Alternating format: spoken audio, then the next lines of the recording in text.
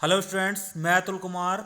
आज हम लोग कक्षा 9वीं के गणित विषय के ब्लूप्रिंट पे चर्चा करेंगे। तो जो लोक शिक्षण संचालनालय द्वारा जारी किया गया है, तो देखो यहाँ पे सबसे पहले ब्रिज कोर्स की बात करें तो ब्रिज कोर्स में आवंटित अंक है 30।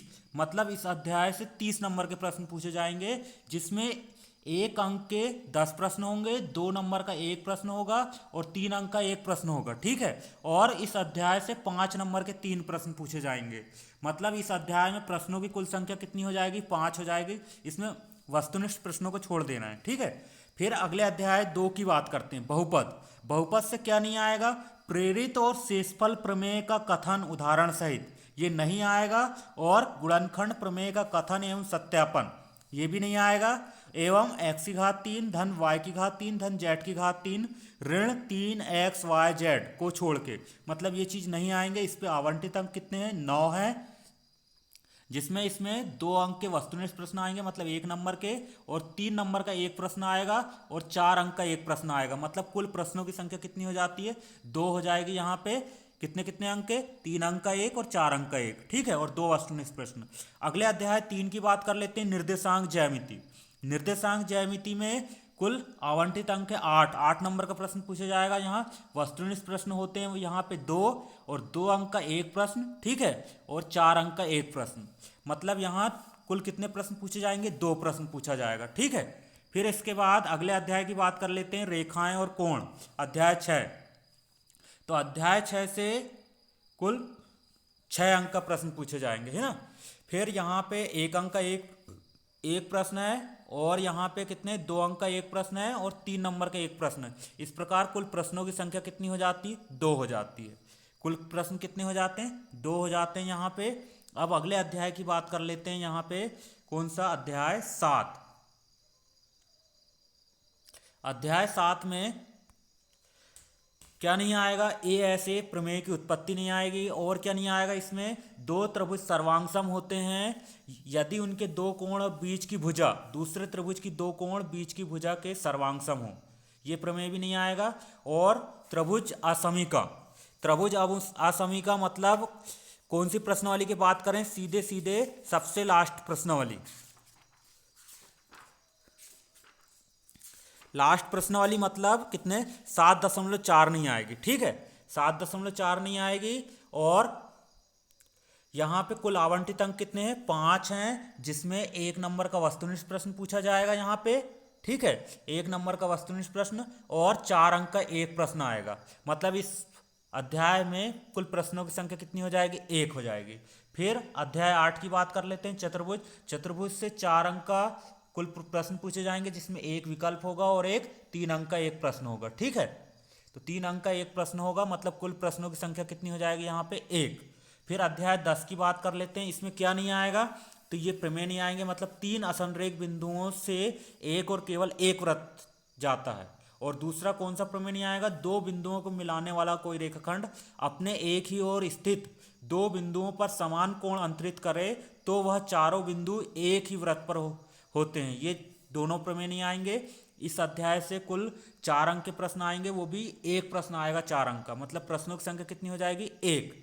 फिर अध्याय 11 की बात कर लेते हैं, रचनाएं। रचनाएं में क्या नहीं आएगा? दी गई परिमाप तथा आधार कोण द्वारा बनने वाला त्रिभुज को छोड़कर। मतलब इसकी प्रश्नावली 11 कितनी 2 की बात करें, 11.2 की प्रश्नावली से कौन सा प्रश्न नहीं आएगा? केवल और केवल चौथा प्रश्न नहीं आएगा। ठीक है। और इसका उदाहरण नंबर एक भी नहीं आएगा। उदाहरण नंबर 1 भी नहीं आएगा। और प्रश्नावली 11.2 का प्रश्न नंबर 4 भी नहीं आएगा। इस अध्याय से कुल 4 अंक के प्रश्न आएंगे, वो भी एक प्रश्न आएगा 4 अंक का। ठीक है।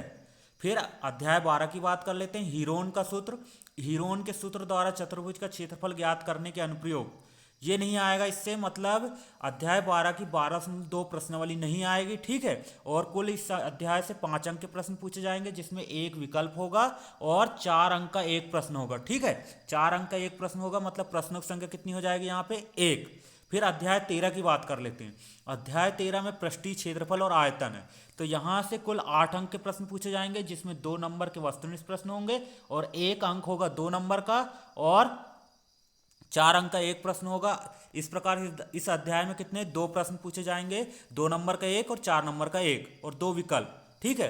फिर अध्याय 14 की बात कर लेते हैं, सांख्यिकी। इससे क्या नहीं आएगा, हिस्टोग्राम नहीं आएगा, histogram with varying base length, मतलब आयत चित्र नहीं आएंगे, ठीक है। और आवृत्ति बहुभुज नहीं आएगा, और क्या नहीं आएगा, अवर्गीकृत बंटन से माध्य, माध्यक तथा बहुलक को छोड़कर, मतलब जो बंटन अवर्गीकृत रूप से दिए रहते हैं वो नहीं आएंगे। मतलब प्रश्नावली 14 पार्ट की लास्ट प्रश्नावली की बात करें, लास्ट प्रश्नावली कौन सी, 14.4 का प्रश्न क्रमांक 5 नहीं आएगा, ठीक है, 5 नहीं आएगा। तो इस अध्याय से कुल कितने अंक का प्रश्न आएगा, 9 अंकों के प्रश्न आएंगे, 2 विकल्प होंगे जिसमें, और एक 2 अंक का प्रश्न होगा और 5 नंबर का एक प्रश्न होगा, ठीक है, 5 नंबर का एक और 2 नंबर का एक और 2 विकल्प। फिर अगले अध्याय की बात कर लेते हैं, प्रायिकता। प्रायिकता से कुल कितने 8 अंक के प्रश्न पूछे जाएंगे, जिसमें 3 नंबर के विकल्प होंगे और 5 नंबर का एक प्रश्न होगा, 5 नंबर का एक प्रश्न होगा और 3 विकल्प होंगे। कुल प्रश्न कितने आएंगे यहाँ से 1। इस प्रकार कक्षा 9वीं में कुल कितने अंकों का पेपर होगा, 100 अंकों का पेपर होगा, जिसमें 25 नंबर के वस्तुनिष्ठ प्रश्न होंगे जो कितने आएंगे, 5 प्रश्नों में आएंगे, ठीक है, और 2 अंकों के 5 प्रश्न आएंगे जो कुल कितने अंक हो जाएंगे, 10।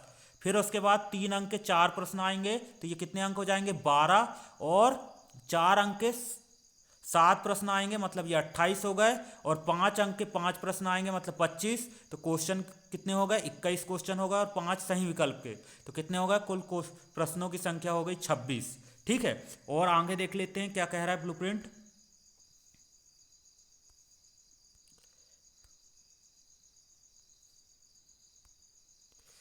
हाँ, यहाँ पे कह रहा है इस वर्ष के लिए हटाया गया पाठ्यक्रम, मतलब ये अध्याय नहीं आएंगे यहाँ पे। अध्याय 1 संख्या पद्धति, अध्याय 4 2 चरों वाले रैखिक समीकरण, और क्या नहीं आएगा, अध्याय 5 यूक्लिड की ज्यामिति का परिचय, ये भी नहीं आएगा, और अध्याय 9 समांतर चतुर्भुज और त्रिभुजों के क्षेत्रफल, ये नहीं आएंगे, ठीक है।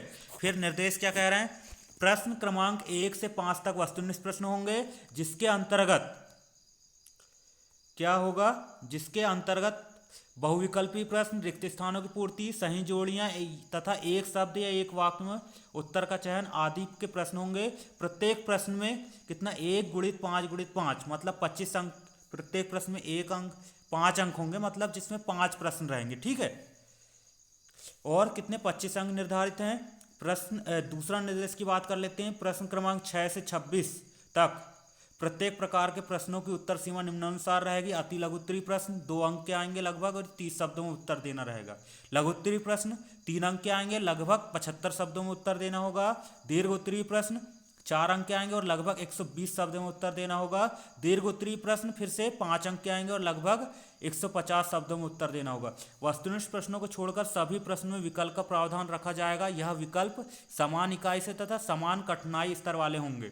कठिनाई स्तर कितना होगा, 40% होगा, जिसमें 40% सरल प्रश्न, 45% सामान्य प्रश्न और 15% कठिन आएंगे। तो ठीक है स्टूडेंट्स, यदि यह वीडियो अच्छा लगा तो इसे लाइक और शेयर कीजिए और मेरे चैनल को सब्सक्राइब कीजिए। धन्यवाद।